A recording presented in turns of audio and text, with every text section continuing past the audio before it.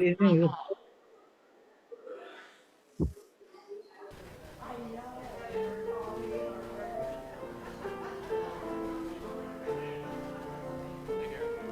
Where'd you like me?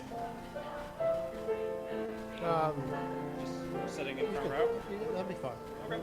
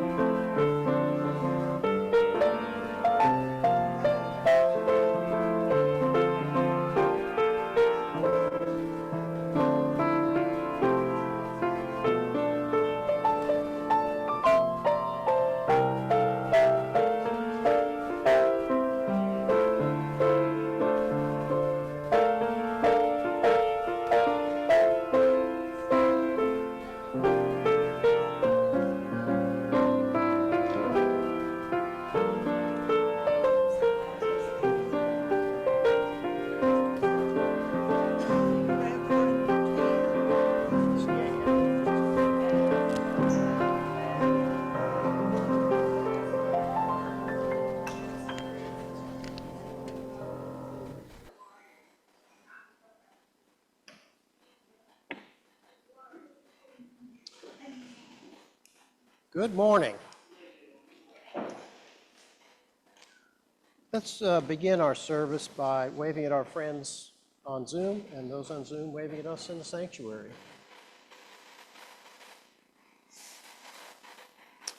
Welcome to the Unitarian Universalist Congregation of Lynchburg. And I'm still having trouble getting that to roll off my tongue. 50 years of practice is something else, and make it that way. Here we gather in a spirit of freedom and friendship. Whoever you are, whatever your beliefs, whatever your age, and whomever you love, you are welcome here. As we work together for justice, compassion, and peace, we also acknowledge with humility that our buildings sit on Monacan land. My name is Gary Duvall. I've been a member of First Unitarian for 51 years, and I'm a member of this Sunday Services Committee. If you're with us for the first time, we're glad you chose to be here this morning to participate in the service for this church community we love. We would be happy to tell you more about our community during virtual social time following the service. Ooh. That'd be a time to play God.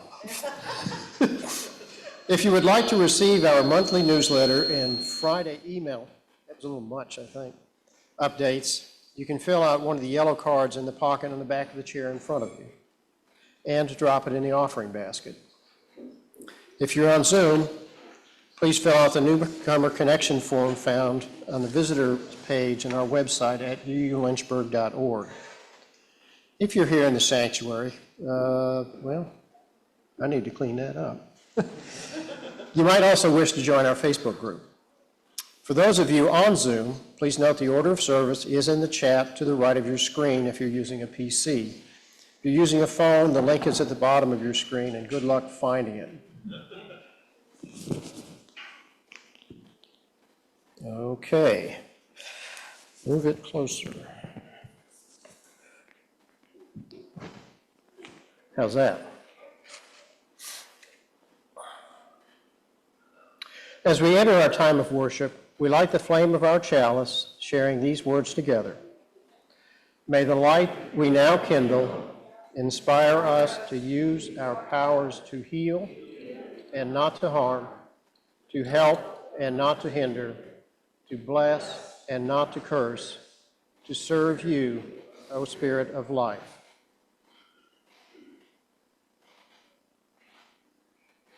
Our opening words this morning were written by the Reverend Carol Thomas Sissel. We are one. We are family. We are connected by blood and bone, mind and heart, and sometimes bricks and mortar. Like the finest woven tapestries of old and the spices blended and stirred into our family's secret recipes, our lives are intentionally intertwined. And we are fashioned into a stronger community by those connections. This interlacing, intertwining, and intermingling of our existence makes each of us whole. This interlacing of our lives makes us whole, happiness and sorrow. This intertwining of our lives makes us whole, blessings and burdens. This intermingling of our lives makes us whole, lament and laughter. May we allow the magic and mystery, often named Spirit, to keep us connected long after today's service has ended. Come, let us worship together this morning. Please rise in body or spirit and join me in singing hymn number 194, Faith is a Forest.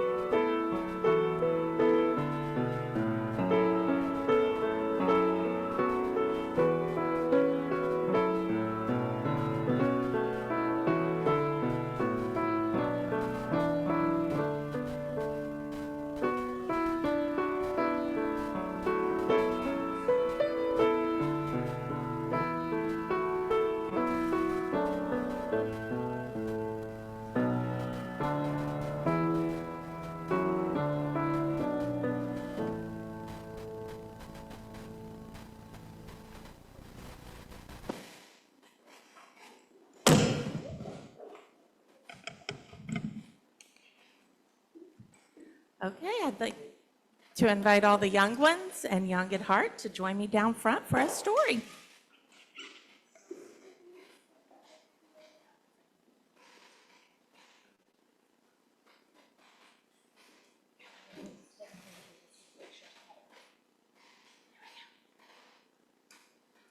Hi, Amy. It's a nice bunny with you today.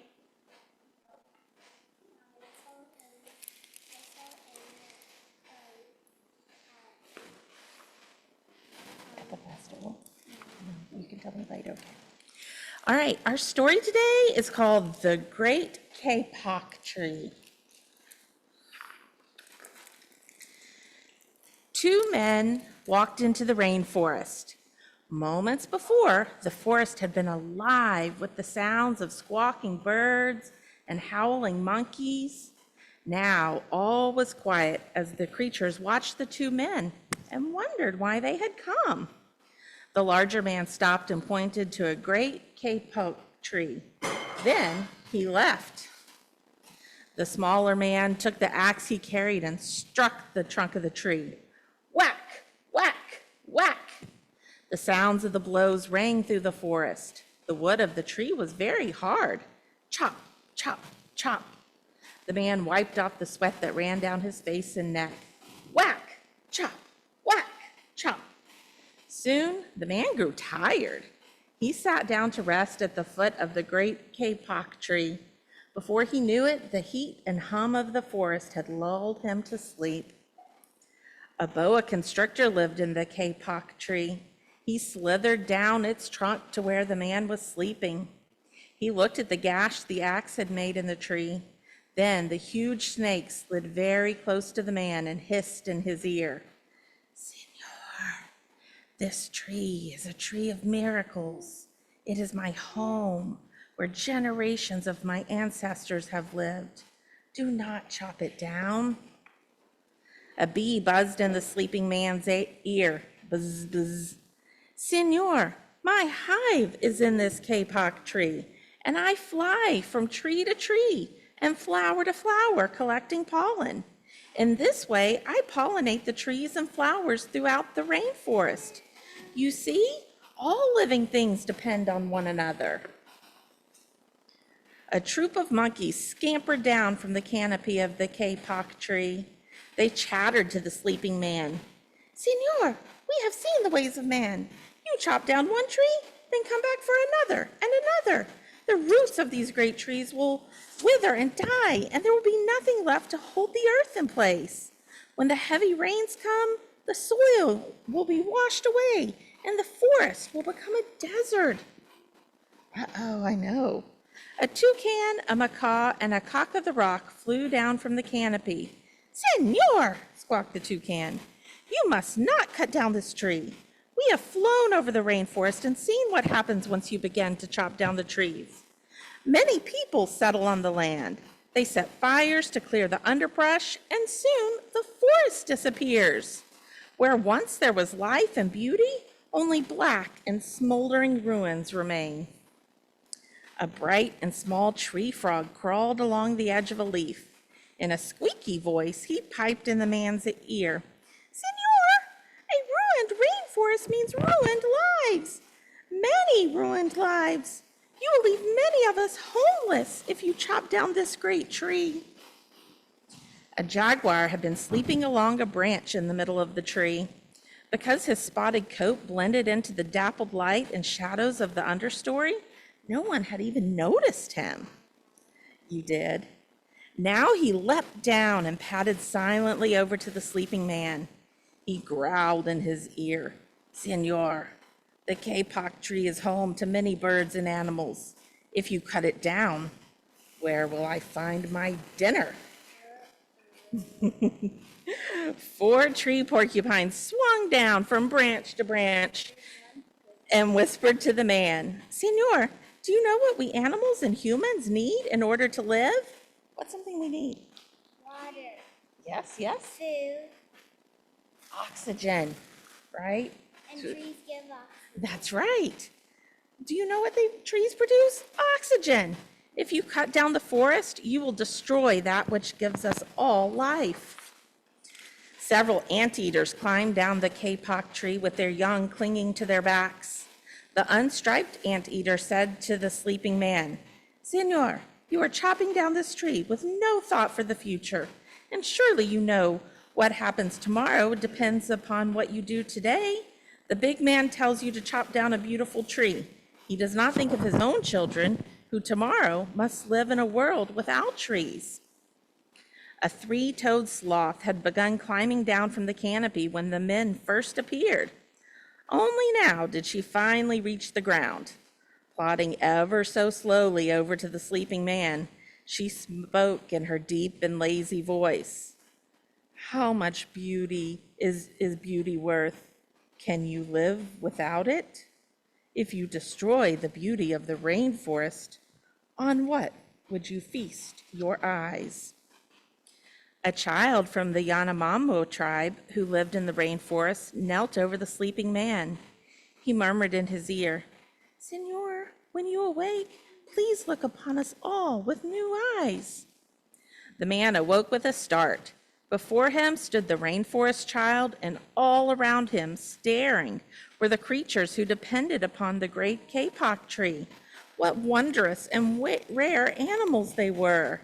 Look how beautiful. When they were just one at a time, they weren't that beautiful. But when they're together, they make like this one big mosaic. They do, they make a beautiful mosaic. The man looked about and saw the sun streaming through the canopy. Spots of bright light glowed like jewels, just a minute, amidst the dark green forest. Strange and beautiful plants seemed to dangle in the air, suspended from the great kapok tree. The man smelled the fragrant perfume of their flowers. He felt the steamy mist rising from the forest floor, but he heard no sound, for the creatures were strangely silent. The man stood and picked up his axe. He swung back his arm as though to strike the tree. Suddenly, he stopped. He turned and looked at the animals and the small child. He hesitated. Then he dropped the axe and walked out of the rainforest. What I would do is keep the axe so no one comes in and just grabs it and finishes. Keep the axe so no one else could finish the job. That's a good idea. And So, then break it. so all of those animals depended on that tree for life, right? And the jaguar depended on the tree to feed the animals, so he would have something to eat. I think that's one good thing for a reason to cut it down. So we've been talking about a word this month that means when we all count on one another and nature to help us all succeed. Interdependence. Yes, interdependence, that's right. Yeah, so today we're going to be talking some more about interdependence, and we're going to be talking about how the web of life includes nature and animals and the plants all around us. I think that book actually took away what you're going to teach. You think so? I think maybe it just gave us a preview of what's to come. All right, are we ready to head upstairs?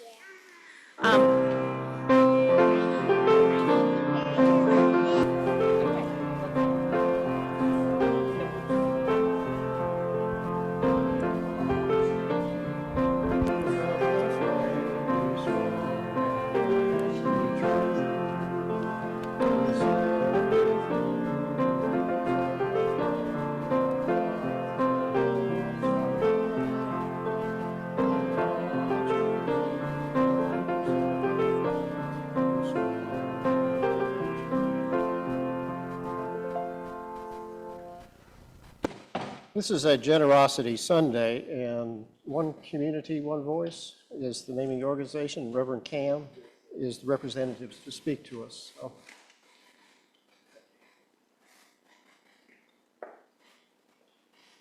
good morning, all. I'm so grateful to have the opportunity to share with you about our organization and what we're doing. And the key thing that children is learning is what we're all about at One Community, One Voice. Needing each other to succeed in life. I only got a few minutes and I can tell you a lot of things, but we found out that in this community we need each other. There are some that don't have any idea of the blessings of the Lord. But not only they don't have the idea of just knowing love in a home. So One Community, One Voice wraps around in a lot of ways. But this one way I'll speak of very quickly is about believing in kids excelling. It's a bike program. We initially started this about 7 years ago. And when we found out that a lot of the children in the school system had a lot of problems with attendance, behavior, and even thriving and striving to get good grades. By working with the Lynchburg Public Schools, they found that these were their key areas. So we established this program called Believing in Kids Excelling, BIKE.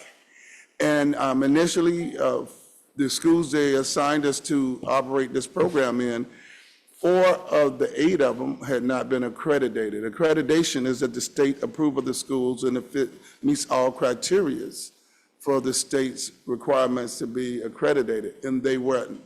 And so by starting the program, after the first year, 1 of them became accredited. Now we're happy to say that all 8 of the schools that we are operating in are accredited. That doesn't say that we're doing all the work. I believe those teachers and parents are thriving. But we do see a lot of success with these young children through the BIKE program. We have numerous programs and encourage you, see that she has some programs from last night and also some brochures. Look at us and pray for us mostly, and then see where you can find yourself sharing in our community, because we're in a great place.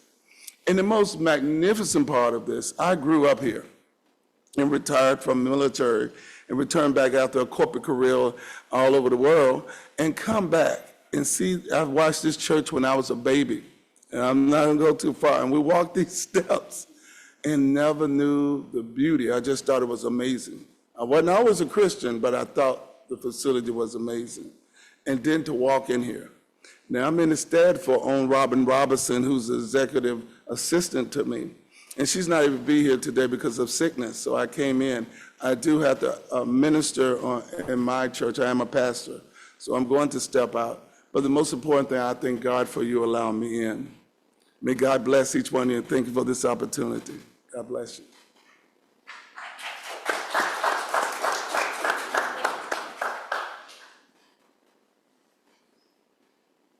The ministries of our church are supported by the love, talents, and efforts of our many volunteers and staff, as well as the monetary support of our members and friends. If you found this church to be of value in your life, then I invite you to be generous, as our morning offering is freely given and gratefully received. If you're on Zoom, you can find instructions on how to contribute at the donate link under About Us at uulynchburg.org. Finis and Barb, can you collect?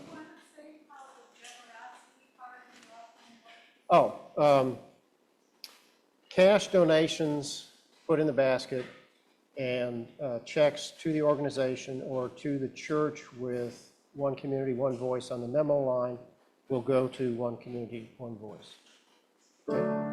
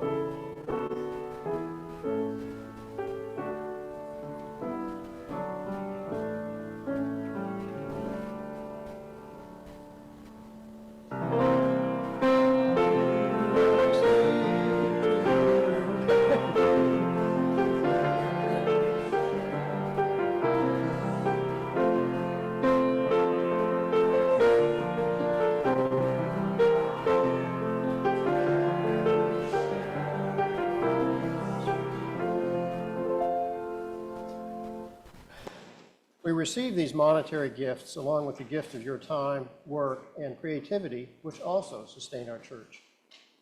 As together we give generously to support our congregation, let us also commit ourselves to a unity of spirit to make manifest a more just, peaceful, and loving world. Betty, Courtney indicated there's something next Sunday going on that you knew something about. Is that right? Before we do joys and concerns?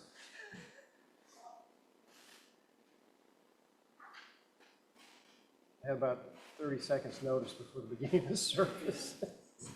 We always scramble. There's a soup Sunday next week, soup or salad. I'll be looking for volunteers for food after this service in the fellowship hall because I forgot to do it last week.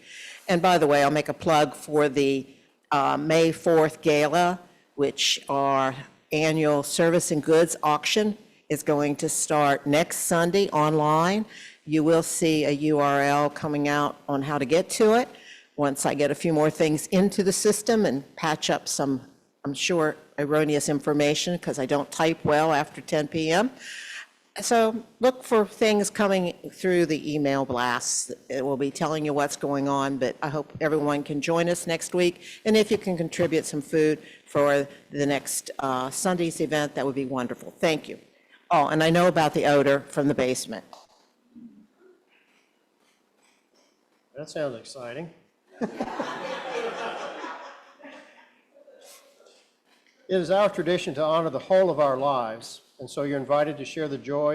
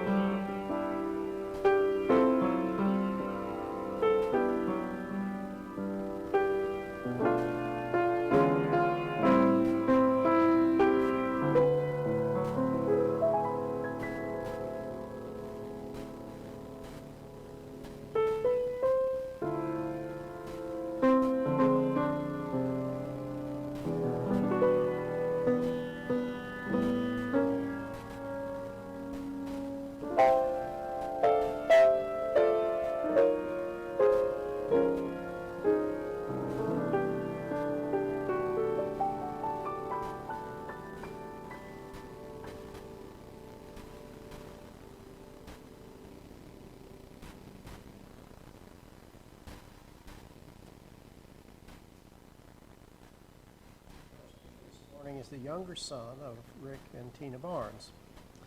And he's chair of the committee at Sunday services or worship, yeah, at the Winchester congregation. Corey?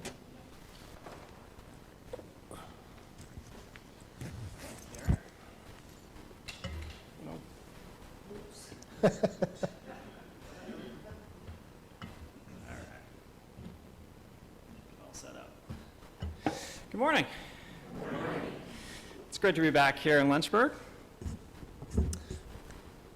Good to go. The church where I had so many of my formative Sundays. For those of you who don't know, as Gary introduced, I'm the son of Rick and Tina Barnes. Longtime members of the church, although haven't been back in person for a while, so yeah, on the Zoom. So I grew up attending the church, although a lot of that time, as you guys might have known, was up in RE doing a lot of the babysitting up there, so it's nice to be down here again. So I was thrilled when Terry asked me to speak today, but not just for the opportunity to come back and see everybody and see all the faces, but because the topic that she asked me to speak on is very dear to my heart. Now, I'm not saying that I've ranked my favorite UU principles, but I definitely have. And the seventh is solidly the second of my favorites. I'll let you guess which is my least favorite, but I'll say sometimes we could use a little less democracy in our congregational processes. But I digress. Reflecting on where I am now in my life and career, most of my career to this point has been devoted to the protection of nature and climate more broadly. As a bit of background, I started as an architect, focused on sustainable buildings.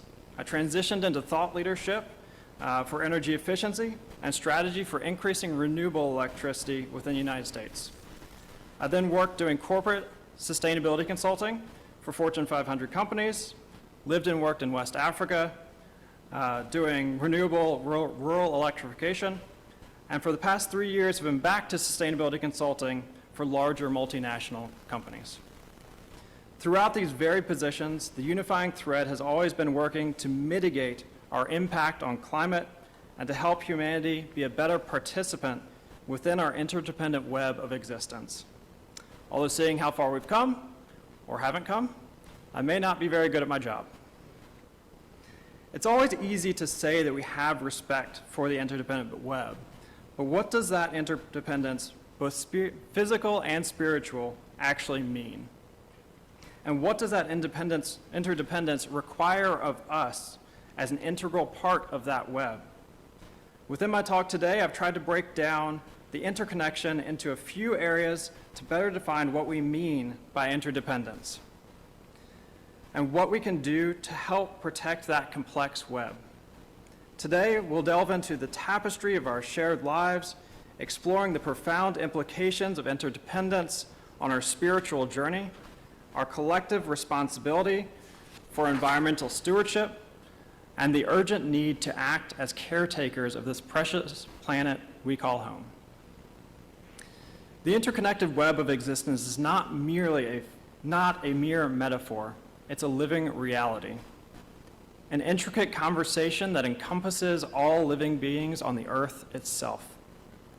Consider the forests, where ancient trees stand sentinel, their roots interwoven into a very literal mat of interdependence, sharing both knowledge and nutrients.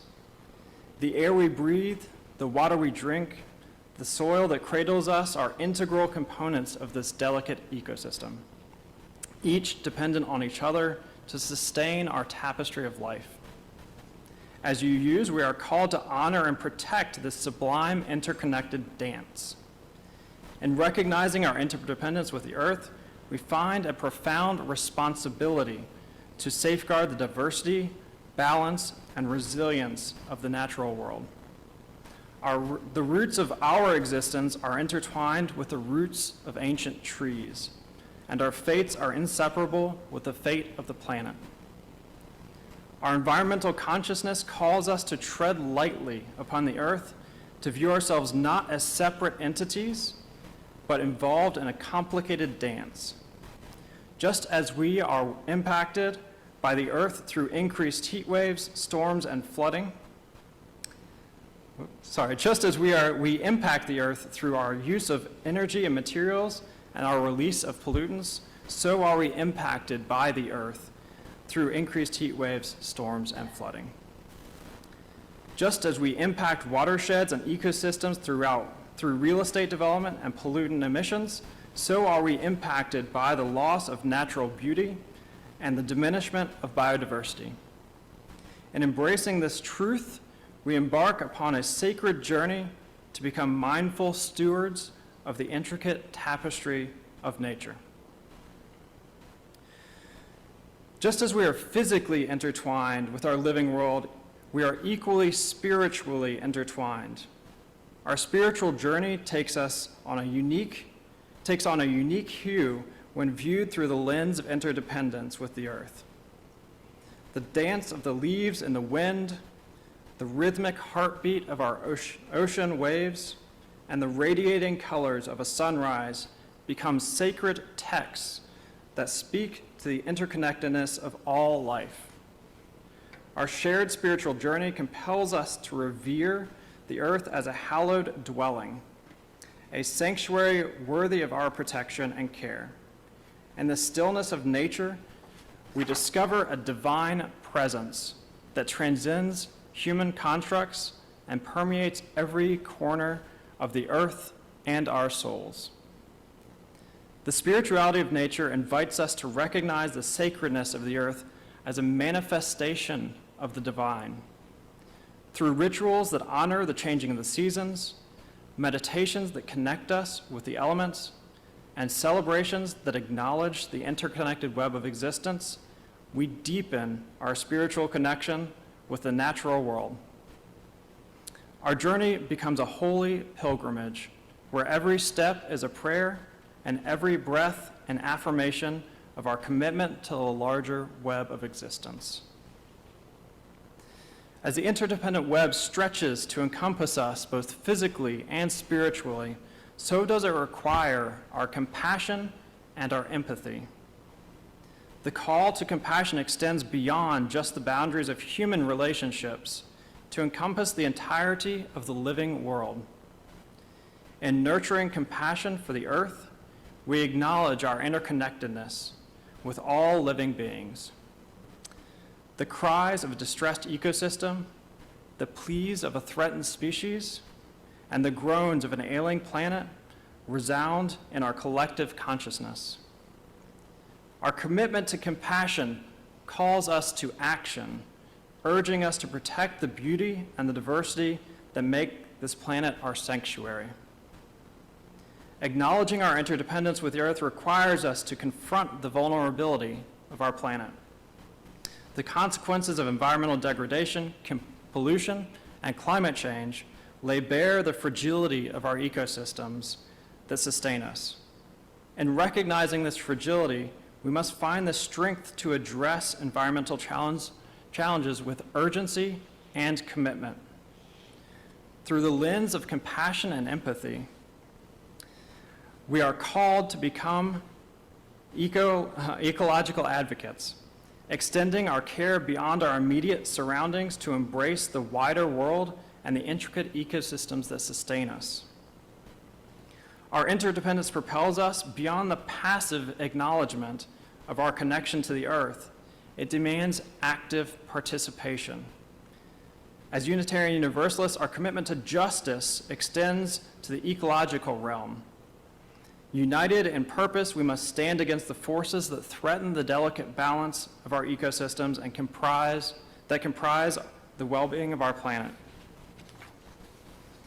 Environmental activism becomes an expression of our shared values, a testament to our recognition of interdependence.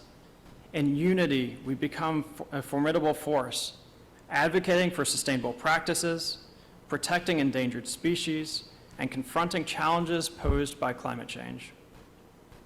While our individual actions are invaluable in creating change, our collective efforts, like building waves in the ocean, create a ripple effect that resound throughout the intricate web of existence. But what can we do as a Unitarian Universalist community? We can personally commit ourselves to nurturing independence within our environmental endeavors. We can make our gatherings opportunities to share knowledge about the changes that are happening in our world, such as global warming, ocean acidification, mass extinction, and solutions that can be implemented, such as low carbon living, reduction of consumption, and elimination of harmful chemicals. We can inspire action, such as organizing demonstrations, highlighting our impact on the world, policy lobbying for government actions that help move us towards a more sustainable society, and by teaching our children the importance of aligning your values with the church. We can foster a sense of collective responsibility for the earth by uniting across politics, religious beliefs, nationalities, and other distinctions to understand that environmental safety is not owned by one, but by all. In the spirit of interdependence, we can collaborate to implement sustainable practices within our lives, within our families, within our congregations, within our community, and within our nations. We can think of our community as a microcosm of the interconnected web of existence, where each member plays a vital role in the collective well-being of the community. Through workshops, educational programs, and initiatives that promote sustainable living, we can cultivate a culture of environmental consciousness. We can have our community be a beacon of hope and inspiration, demonstrating that through shared commitment and collaboration, we can create positive change. Additionally, in the comfort and support of this community, we can find solace and strength. Maybe. We can find solace and strength to face the environmental challenges that lie ahead. As we are faced with disasters such as the recent flooding in Pakistan, increased deaths from heat waves across Europe, destructive flooding in Los Angeles and Dubai, and property and life-destroying wildfires throughout California and Canada, we can rely on our community for stability in this time of change and peace in this time of chaos. Through our shared commitment to interdependence, we can be catalysts for positive change and inspire others to join the journey of environmental stewardship. As stewards of the earth, we re-enter into a covenant with our planet. But what is this covenant with the earth? We, as UUs, have a covenant amongst ourselves within this church, which we often say. But what is our commitment to the earth for the life-giving benefits that it provides us? In simply recognizing our interdependence with the earth, we tacitly enter into a covenant with it, a sacred pact to live in harmony with the natural world. But this covenant further calls us to adopt sustainable practices that honor the delicate balance of ecosystems, reduce our ecological footprint, and foster biodiversity. It challenges us to advocate for policies that prioritize environmental protection, climate action, recognizing that the health of the earth is intrinsically tied to our own well-being. Our covenant with the earth is a commitment to tread lightly upon the soil, to nurture the interconnected web of existence with reverence and care. It is a pledge to be mindful stewards of the resources we consume, to support initiatives that promote environmental justice, and to cultivate a culture of sustainability within our community, both within and beyond our walls. Through our collective efforts, may we be guardians of the delicate web of life, weaving a future where the tapestry of nature flourishes, the interconnected threads of existence remain unbroken, and the legacy we leave for future generations is one of reverence, responsibility, and unity. May the earth thrive in our care, and may our commitment to interdependence be a source of inspiration for all who share in the sacred journey of environmental stewardship. Thank you for the opportunity to speak, and blessed be.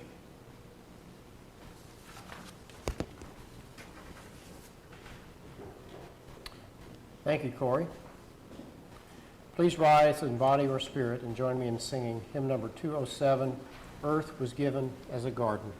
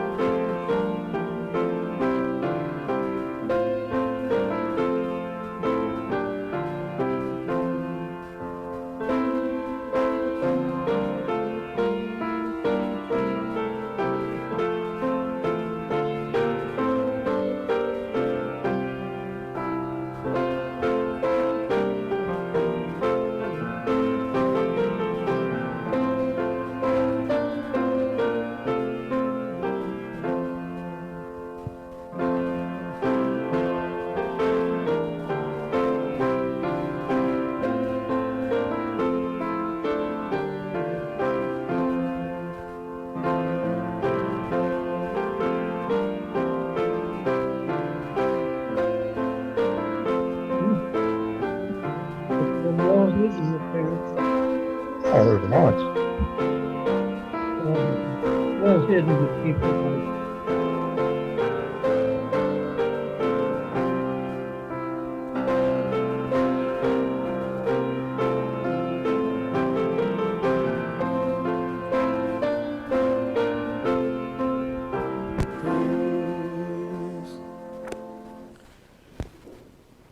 As our service draws to a close, We extinguish the flame of our chalice as we say these words together.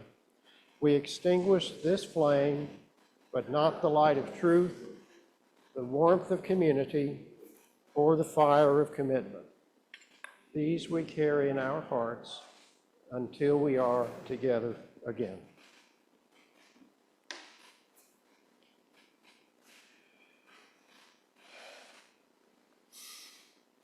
As we end our service, let's wave farewell to our friends on Zoom, and they wave farewell to us.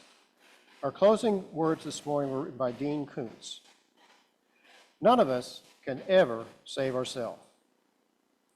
We are the instruments of one another's salvation, and only by the hope that we give to others do we lift ourselves out of the darkness into light.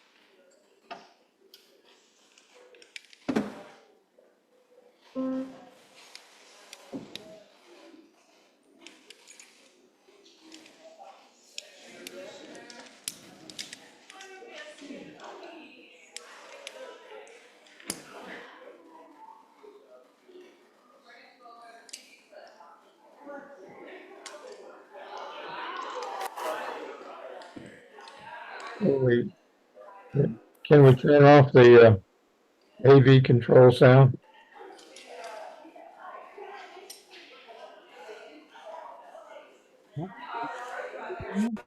I did it. Okay, anyone have any thoughts about Tori's presentation?